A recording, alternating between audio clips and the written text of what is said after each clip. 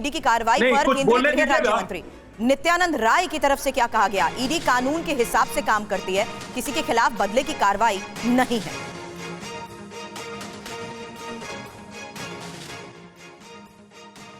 BJP कोई ऐसा काम नहीं करती है, कोई राजनीतिक मतभेद के कारण नहीं होता है। जो जैसा करता है देश का कानून अपने हिसाब से उस पर कार्रवाई करती है।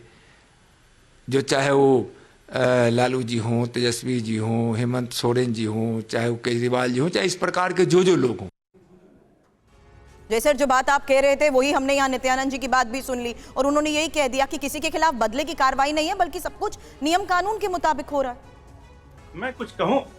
मैं आपके पास आती हूँ सर, आप अपनी बात पूरी। नहीं, मेरा यही सवाल है। देखिए, बिल्कुल सही कह रहे होंगे, गृह राज्य मंत्री हैं, उनके बारे में नहीं कहा जाता है, लेकिन एक चीज़ बताना होगा ईडी को कि मुकुल राय जब टीएमसी में थे उनके खिलाफ ईडी की जांच शुरू हो गई। मुकुल राय जब बीजेपी में चले गए ईडी की जांच रुक गई। मुकुल राय फिर जब वापस चले गए टीएमसी में फिर जांच शुरू हो गई। मतलब इसका क्या कोई जवाब है क्या? कोई जस्टिफिकेशन है क्या? गृह राज्य मंत्री के पास जस्टिफिकेशन हो या ईडी के पास हो तो बताना चाहिए। अमिताभ जी से जस्टिफिकेशन ले लेते हैं। जी अमिताभ जी, बार बार आरोप लग रहे हैं कि ईडी उन्हीं लोगों पर कार्रवाई कर रही है जो विपक्ष के लोग हैं, और सत्ता पक्ष में जो है वो साफ सुथरे हो जाते हैं जब आ जाते हैं। इस पर आप क्या कहें? मैं इतना कहना चाहता हूँ, हमारे बहुत सम्मानित मित्र हैं जयशंकर जी, मैं इनको बहुत सम्मान भी करता हूं और आगे भी करता रहूंगा, लेकिन मैं एक ही चीज इनसे कहना चाहता हूं कि ये लगातार यदि किसी एक राजनीतिक पक्ष के प्रवक्ता के नाते यदि साउंड करने लगे तो मुझे थोड़ा उसका बुरा लग रहा है। मैं इतना कहना चाहता हूूं कि ये तथ्यों की बात करता हूं। एक मिनट अब जयशंकर जी, मैंने आपको कभी टोका नहीं, आप इतना तो रखेंगे गरिमा। मैं आपसे आपने मेरा नाम लेके पहले एक टिप्पणी की थी।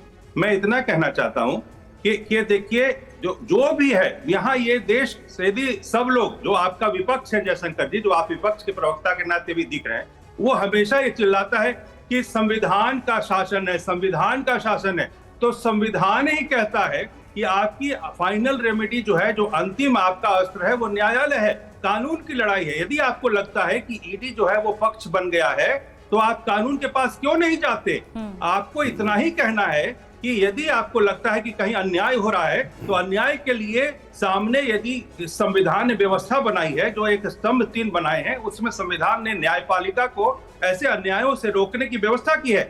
आप सिर्फ जबानी लफाजी मत करिए कि हाँ ये ऐसा हो रहा है, ऐसा हो रहा है। अरे आप जाइए, आप जाके और न्यायालय में क्यों मनीष सिसोदिया को, क्यों हेमंत सोरेन को, एक मिनट, हेमंत सोरेन को या किसी या संजय सिंह को क्यों न्यायालय से क्यों नहीं मिला किसी तरीके का रिलीफ? क्यों नहीं मिला? मैं भारद्वाज जी इसका जवाब दे दीजिए ना। अगर सब कुछ इतना सही था तो कोई रिलीफ क्यों नहीं मिला? जमानत भी तक नहीं मिल पाई। और यही मैं कहना चाहता हूँ, ऐसे जबानी लड़ाई मत लड़िए। जबानी लड़ाई और ये सियासी लड़ाई क्यों बन जाती है भारद्वाज सर? जब कानूनी शिकंजे की बात आती है तो अगर आप सही हैं तो कोर्ट के सामने साबित कर दीजिए। सुरभि, भारतीय जनता पार्टी और नरेंद्र मोदी, अरे इनको भारतीय जनता पार्टी के कानून की